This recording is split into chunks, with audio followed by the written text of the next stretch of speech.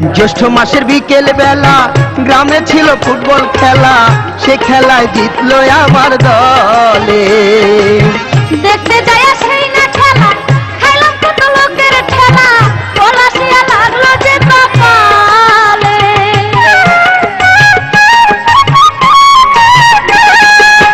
জ্যৈষ্ঠ মাসের বিকেল বেলা গ্রামে ছিল ফুটবল খেলা, সে খেলায় জিতলো আমার দলে।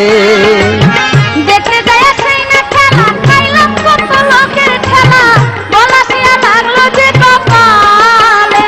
আমি নিজে তার কাছে গিয়া আমারই জার্সি দিয়া, নিজেই তার কাছে গিয়া আমারই জার্সি দিয়া কপালটা ভাঙলাম শক্ত করি।